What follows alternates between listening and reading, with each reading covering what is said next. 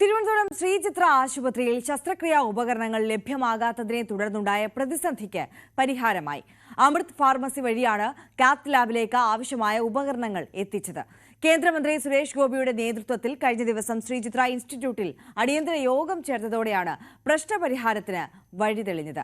Dan Kurian കൂടുതൽ വിവരങ്ങളുമായി വീണ്ടും നമുക്കൊപ്പം ചേരുകയാണ്. ഡാൻ, എന്തായാലും ദിവസങ്ങളായി നീണ്ടുനിന്ന വലിയൊരു പ്രതിസന്ധിയാണ്. ഒരുപാട് സാധാരണക്കാരായിട്ടുള്ള രോഗികളെ വലച്ച ഒരു വിഷയമാണ്. അതിൽ പരിഹാരമാകുന്നു എന്നുള്ളത് ആശ്വാസം. പക്ഷേ ഇപ്പോഴും എന്തുകൊണ്ട് ഈ പ്രതിസന്ധിയിലേക്ക് എത്തി? ആരാണ് ഈ രോഗികളെ ഈ വഴിയിൽ, ഈ പെരുവഴിയിൽ എത്തിച്ചത്? അവർക്ക് അവരുടെ ശസ്ത്രക്രിയകൾ കൃത്യസമയത്ത് നടക്കുന്നതിന് തടസ്സമായി ഇങ്ങനെ ഒരു പ്രതിസന്ധി ശ്രീചിത്രയിൽ സൃഷ്ടിച്ചത് എന്നുള്ള ചോദ്യം അവശേഷിക്കുകയാണ്.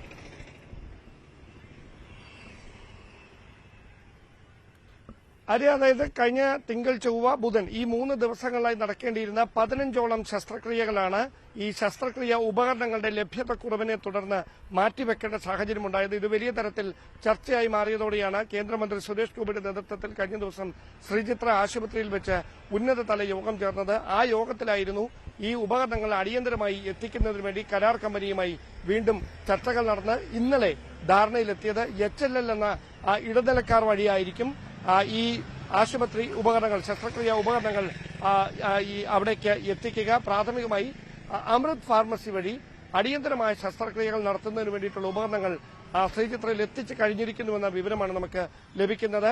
ഈ ഒരാഴ്ചക്കകത്ത് മുൻഗണനാ ക്രമത്തിൽ ഈ തിങ്കൾ, ചൊവ്വ, ബുധൻ ദിവസങ്ങളായി നടത്തേണ്ടിയിരുന്ന ശസ്ത്രക്രിയകൾ പൂർത്തിയാക്കുമെന്നും പറയുന്നു.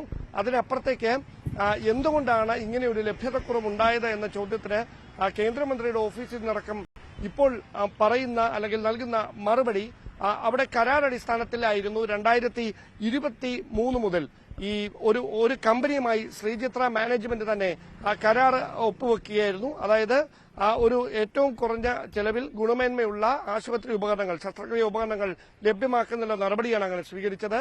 അത് 2024 തുടർന്നു.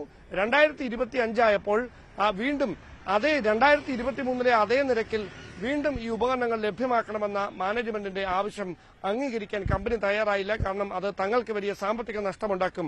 അതുകൊണ്ട് കരാർ പുതുക്കണം, വീണ്ടും ടെൻഡർ വിളിക്കണം എന്നൊരു നടപടിയിലേക്ക് അവർ ആവശ്യത്തിലേക്ക് കടക്കുകയായിരുന്നു. അങ്ങനെയാണ് ഈ പ്രതിസന്ധി ഉടലെടുത്തത്. അതായത് ഈ ഉപകരണങ്ങൾ നൽകാൻ ഈ കമ്പനി തയ്യാറാകാത്ത ഒരു സാഹചര്യം ഉണ്ടായത് കൂടുതൽ സാമ്പത്തികമായ ഒരു ലാഭം കമ്പനിക്ക് ഉണ്ടാകുന്നതിന് വേണ്ടി അവരൊരു ബാർഗെയിനിങ് നടത്തിയതാണ്. ആ ബാർഗെയിനിങ്ങിലാണ് ഇവിടെ സാധാരണക്കാരായ രോഗികൾ ചികിത്സ തേടി അടിയന്തര ശസ്ത്രക്രിയ ആവശ്യമായി വരുന്നവർ വരെ വലിയ പ്രതിസന്ധിയിലാകുന്ന സാഹചര്യമുണ്ടായത്. അതുകൊണ്ട് ഇതിന് പരിഹാരം കാണുന്നതിനായി ആദ്യമായി HLL എന്ന ഒരു ഇടനിലക്കാരെ നിർത്തിക്കൊണ്ട് HLL മുഖേന ഈ ശസ്ത്രക്രിയ ഉപകരണങ്ങൾ ശ്രീചിത്രയിലേക്ക് എത്തിക്കുന്നതിന് വേണ്ടിയിട്ടുള്ള നടപടികളാണ് സ്വീകരിച്ചിരിക്കുന്നത്. അതിനൊരു നിശ്ചിത തുക മുൻപുണ്ടായിരുന്നതിനേക്കാൾ കൂടുതൽ ഈ ഇടനിലക്കാരായതിനാൽ HLLന് നൽകേണ്ട ഒരു സ്ഥിതിയായിരിക്കും ഉണ്ടാകുക. ഇനി ഇങ്ങനെ ഒരു പ്രതിസന്ധി ഉണ്ടാകാതിരിക്കുന്നതിന് വേണ്ടിയാണ് ഒരു ഇടനിലക്കാർ മുഖേന എപ്പോഴും ഈ മെറ്റീരിയൽസ് അവൈലബിൾ ആയിട്ടുള്ള ഒരു ഇടനിലക്കാരെ ഈ ആശുപത്രി ഉപകരണങ്ങൾ, ശസ്ത്രക്രിയ ഉപകരണങ്ങൾ ശ്രീചിത്രയിലേക്ക് എത്തിക്കുന്നതിന് വേണ്ടി ഒരു കരാറിലേക്ക് ഏർപ്പെട്ടിരിക്കുന്നത്.